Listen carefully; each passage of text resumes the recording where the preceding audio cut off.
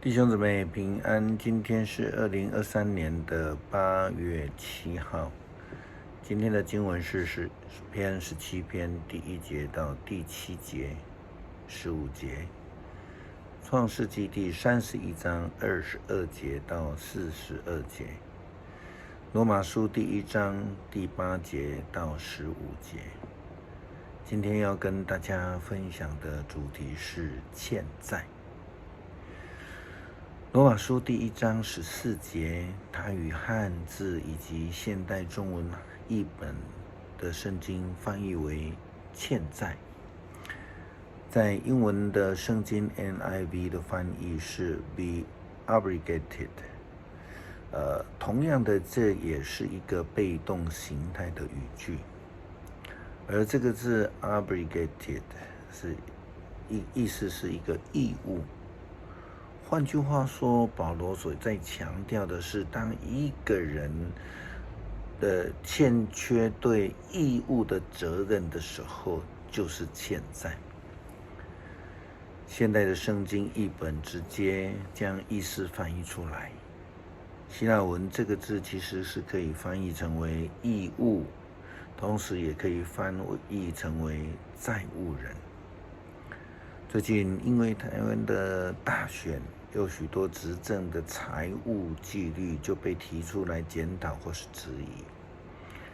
我们看到有一些为了规避监督而刻意将开销限制在5000万元以下，因为这样就可以不用被监督了，或是故意不支付应付款，规避监督，而且在卸任之后就将这样烂摊子给接任的政府。每个月都要付这个未支付的工程款的利息好多钱啊！因此，再留子孙这样的一个议题一再的被挑起。然而，谁才是再留子孙？怎么样才是再留子孙？到底谁欠谁？真的就是公说公有理，婆说婆有理了。创世纪31章22节到42节接续了我们上个礼拜六所分享的经文，创世纪31章第1节到12节的经文。雅各跟他的太太在讨论的这个对话的当中，就直接谈到了拉班他对于雅各以及2个女儿的欺负，他们就认为拉班欠他们的债。但是在今天的经文却有不同的角度，我们看到拉班他追逐了雅各这一家子。那他怎么说呢？拉班对雅各说：“你为什么瞒着我，把我的女儿当俘虏一样带走呢？为什么瞒着我，一声不响的溜走呢？要是你通知我一声，我一定会欢欢喜喜的送你走，用铃鼓竖琴伴着歌唱欢送你。你这样做太傻了，连让我亲亲我外孙和女儿，向他们道别的机会都没有。我本来有办法伤害你，但昨天晚上你父亲的上帝警告我，不许我随便威胁你。我了解你思乡心切要回家，但是又为什么偷了我的家族神像呢？”拉班他直接挑明了雅各是偷偷的抢走他的女儿们。但是前一段经文却不是这样记载的他的2个女儿说拉班已经把他们当成外人，并且把卖他们的钱财都吞去了。我们看那个经文的记载，雷杰和利亚回答雅各：“反正我们不能从父亲继承什么，他也把我们当外人，卖了我们，却吞没了卖我们的身价。这是从不同角度在诠释事情，并且各持己见的互相对立。但是我们如果从整本圣经的记载角度来看，的确拉班是欺负人的，他以欺负的方式来对自己的外甥，同时也霸占了钱财。雅各这样来回应拉班的话，他说：“于是雅各怒气冲冲地责问拉班：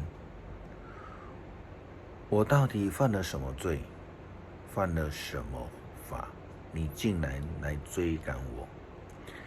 你已经收骗了我所有的行李，到底找到你家里的东西没有？拿出来，摆在你我亲人的面前，让大家判断你我之间谁是谁非。我在你家里20年，你的绵羊或是山羊没有掉过胎，你的群中的公羊我连一只也没有吃过，被野兽撕裂的羊我并没有带去给你看，来证明错不在我，却都由我自己赔偿。无论白天黑夜，羊被偷了，你都要我赔偿。我常常在白天受尽炎日的煎熬，夜间受尽寒霜的侵袭，整夜不得好睡。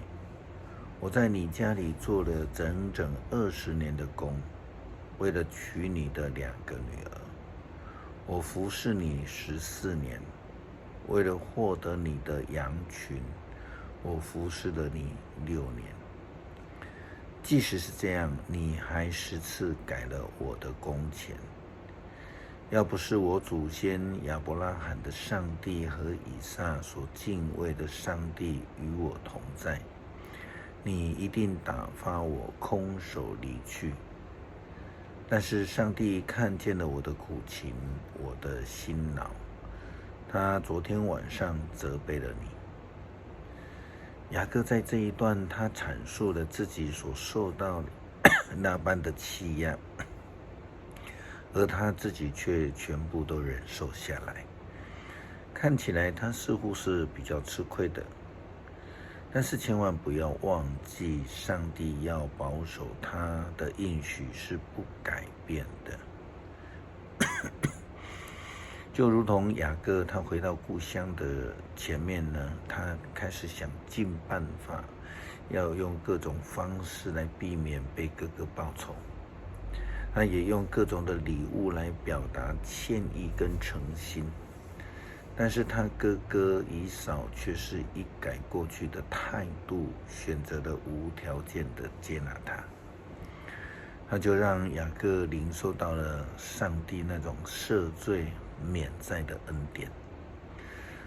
好啦，到底谁欠谁呀？欠谁的债？最近的选举议题里面时常听到债留子孙。那我们要来思考的是，什么是真实的债留子孙？比如说，不该建设的偷偷的做了，并且以神鬼大挪移的方式将这种经费支付归零，这样让继任的人担负不必要的经费以及这个利息的支出，这个就是债留子孙。另外呢，从反向的角度来看，如果应当要建设却不愿意建设，影响了进步，并且面对日日增加的建筑成本。例如某个城市因为私人的因素呢，将捷运的计划来更改，并且被置于土地的某些特定的人士。不但如此，还使得总体的建筑经费成本高涨了，多出600多亿。或者我们看到说，因为阻挡而使得工程计划延宕，经费可能从几千万，然后就涨价到1亿多、2亿多，这个才是真实的在留子孙。无论是任何的角度，其实错了就是欠债了哈，因为没有做应该做的事情，而浪费了钱财，浪费了上帝的恩典。保罗的态度其实也是这样子的，他一直强调说他欠了债，这个欠债就是上帝给他的护照，应该要尽的义务却没有尽，这个就是欠上帝的债，欠了福音的债。保罗说，首先借着耶稣基督，我为你们大家感谢我的上帝，因为你们的信心已经传遍了天下。上帝知道我常常在祷告中想念你们，我全心全意地侍奉他，传扬有关他儿子的福音。他可以证明我所说的话是真的。我恳求上帝按照他美好的意思为我开路，让我终于有机会去拜访你们。我很希望见到你们，跟你们分享属灵的恩赐，好使你们坚强起来。或者我应该说，由于你我的信心，我们可以互相得到鼓励。弟兄们、姐妹们，我要你们知道，有好几次我计划访问你们，可是总有一些事阻挡，不能成行。我的目的是要在你们当中领人归主，好像其他外邦人当中一样。因为无论对什么人，开化的、没有开化的，有学问的、没有学问的，我都欠他们的债。所以我迫切的想把这福音也传给你们在罗马的人。基督徒千万要成为一位尽心尽力尽意跟随主旨意的人，学习如同保罗一样，不要因为个人的因素来成为别人的阻挡，欠了上帝的债，福音的债。诗篇17篇第1节到第7节、15节。上主啊，垂听我求公道的呼声，求你垂听我的哀求，垂听我诚心的祷告，愿你宣判我无罪，因为你知道什么是正直，你知道我的内心，你夜里来查看我，你彻底考验了我，找不到我有什么恶念。我不向别人说邪恶的话，我顺从你的命令，我不走暴徒的路，我一直跟随你的脚步，从来没有偏离。上帝啊，我求告你，因为你必应答我。求你侧耳垂听我的申诉，求你显示奇妙的慈爱来拯救我。我倚靠你，就能躲避仇敌。因为我正直，我得以朝见你。我醒了的时候，你的同在使我满心快乐。感谢上帝呼召我们，使我们得福，让我们能够领受呼召，成为福音的工人。求主帮助我们成为不欠福音债的工人，不要因为我们个人的因素积欠上帝的债，再留子孙。感谢祷告，奉主耶稣基督圣名求，阿们。